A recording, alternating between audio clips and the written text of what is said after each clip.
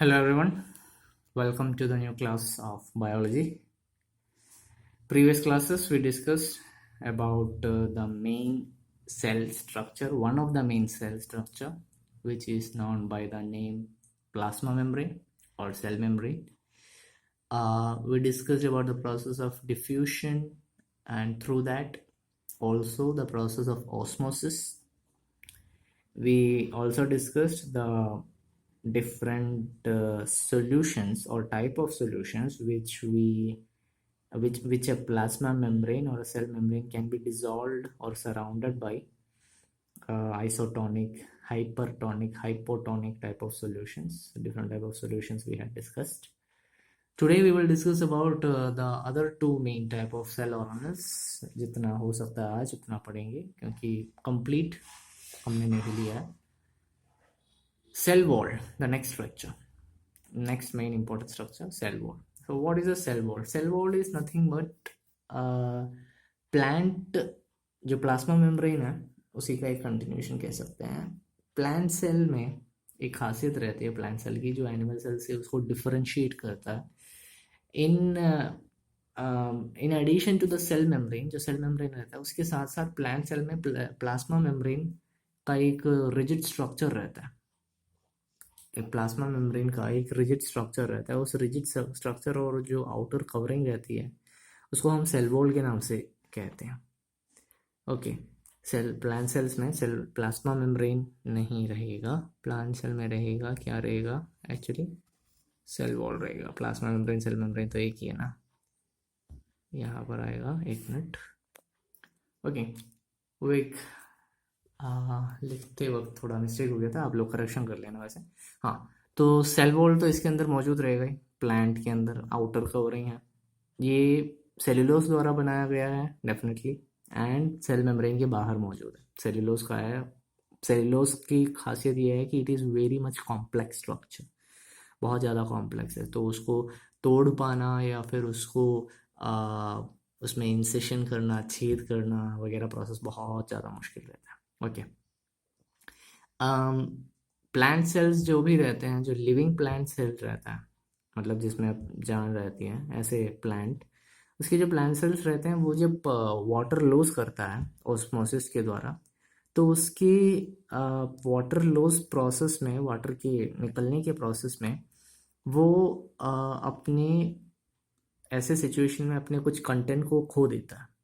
Okay, ऐसे situation में जब कंटेंट्स को, जब उसके अंदर के मटेरियल्स को खो देता है तो वो जो प्लांट सेल रहता है वो छोटा हो जाता है, बहुत मतलब धीरे धीरे करके छोटा हो जाता है. That process is actually known as plasmolysis. उस प्रोसेस को प्लास्मोलिसिस के बारे के नाम से जाना जाता है.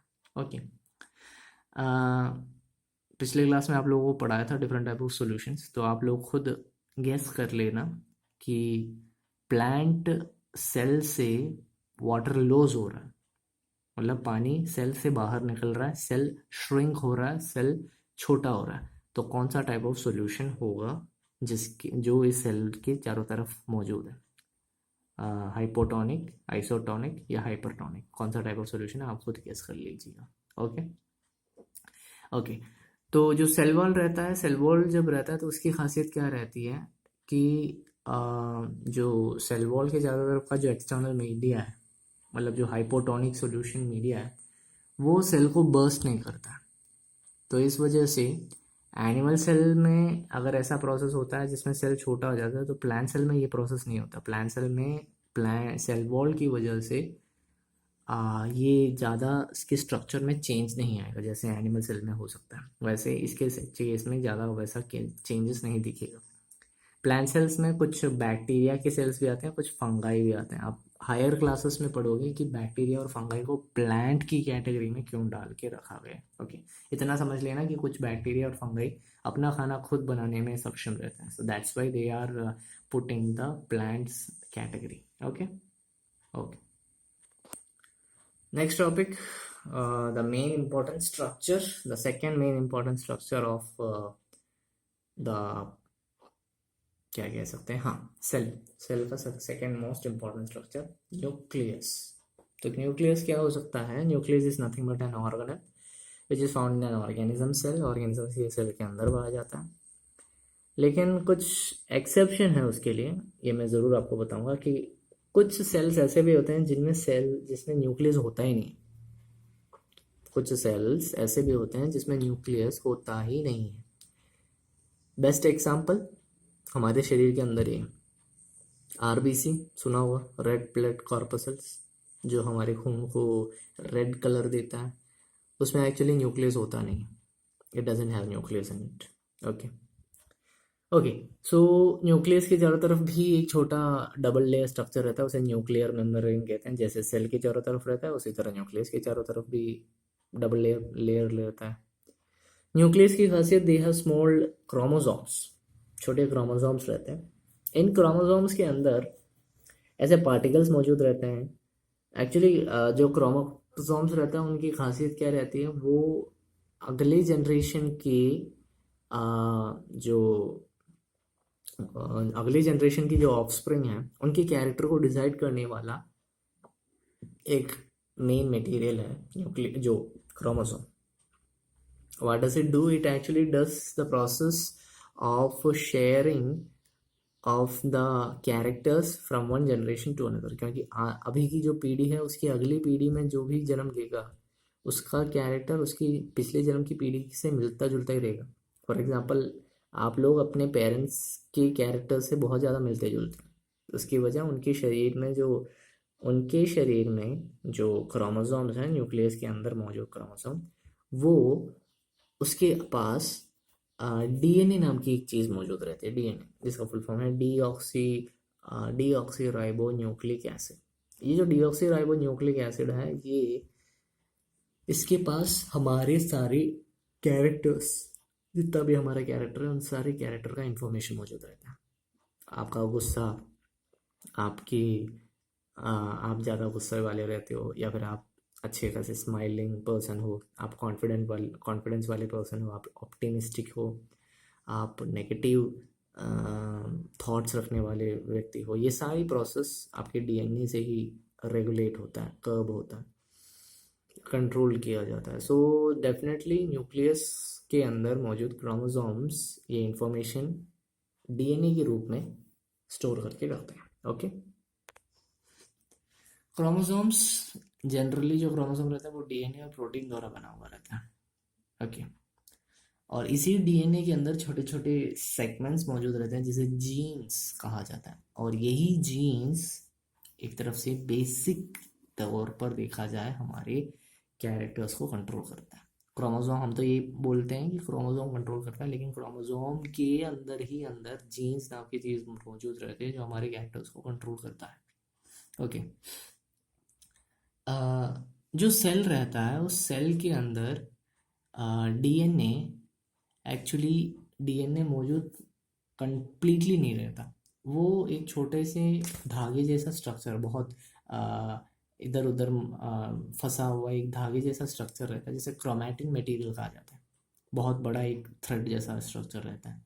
एंड दिस क्रोमैटिन मटेरियल, जब सेल डिवीजन का टाइम रहता है तो ये क्रोमैटिन मटेरियल ऑर्गेनाइज हो जाता है, अच्छा खासा एक स्ट्रक्चर बन जाता है। उसके बाद वो क्रोमोसोम में डेवलप होता है। ओके,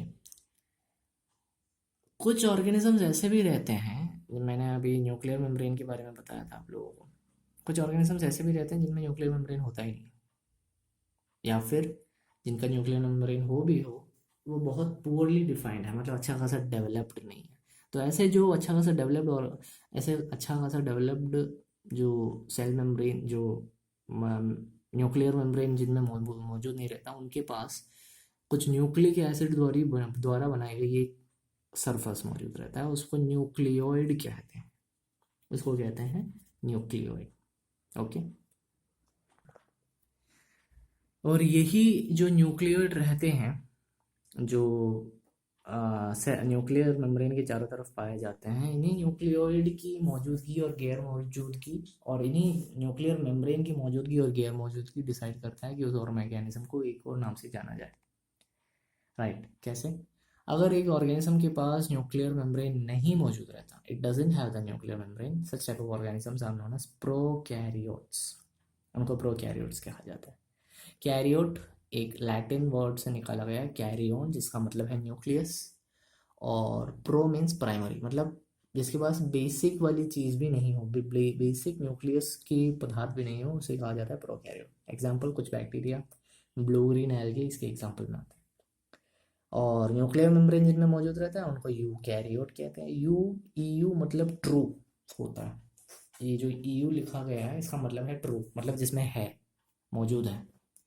और कैरियोट जैसे भी बताया था, न्यूक्लियस का लैटिन नेम कैरियोन से निकला गया। एनिमल्स और प्लांट्स यूकैरियोट्स रहते हैं। कुछ सिंगल सेल वाले organisms, bacteria, blue green algae, ये प्रोकैरियोट रहते हैं। इनमें न्यूक्लियर मेम्ब्रेन नहीं रहता। एनिमल्स प्लांट्स के केस में न्यूक्लियर मेम्ब्रेन मौजूद रहता है। ओके। जो भी आपकी साइटोप्लाज्म के अंदर, जो आप अगले क्लास में पढ़ोगे, साइटोप्लाज्म के अंदर कुछ चीज़ें मौजूद रहती हैं। उन चीज़ों की मौजूदगी यूकैरियोट में तो भरपूर रहती है, लेकिन कुछ प्रोकैरियोटिक, लेकिन कुछ जो चीज़ें रहती हैं वो प्रोकैरियोटिक सेल्स में मौजूद नहीं रहती। तो इस वजह से जो भी प्रोकैरियोट्स के फंक्शंस रहते हैं वो साइटोप्लाज्म अपने आप करता है। अगले टॉपिक में आपको पढ़ाया जाएगा साइटोप्लाज्म और उसके अंदर की चीज़ें क्या क्या है।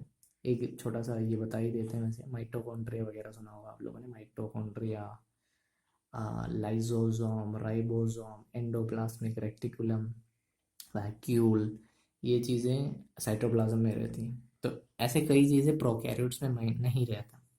प्रोकैरियोट्स में ना रहने की वजह से ज़्यादा से ज़्यादा जो फंक्शन रहते हैं प्रोकैरियोट्स के वो साइटोप्लाज्म अपने आप कर लेता है। ओके, तो this is all about the class. I hope you enjoyed it. इस क्लास का जो नोट्स है वो पीडीएफ के रूप में पहले भी आपको बता चुके हैं, पीडीएफ के रूप में आपको मिल जाएगा इसी वीडियो के कमेंट बॉक्स में। जाके गूगल ड्राइव अकाउंट होना ज़रूरी है, आपको एक्सेस कर लेना और एक्सेस करके नोट्स वगैरह रेगुलरली लिखते रहना। Okay, so that's all about today's class. Stay safe and have a nice day.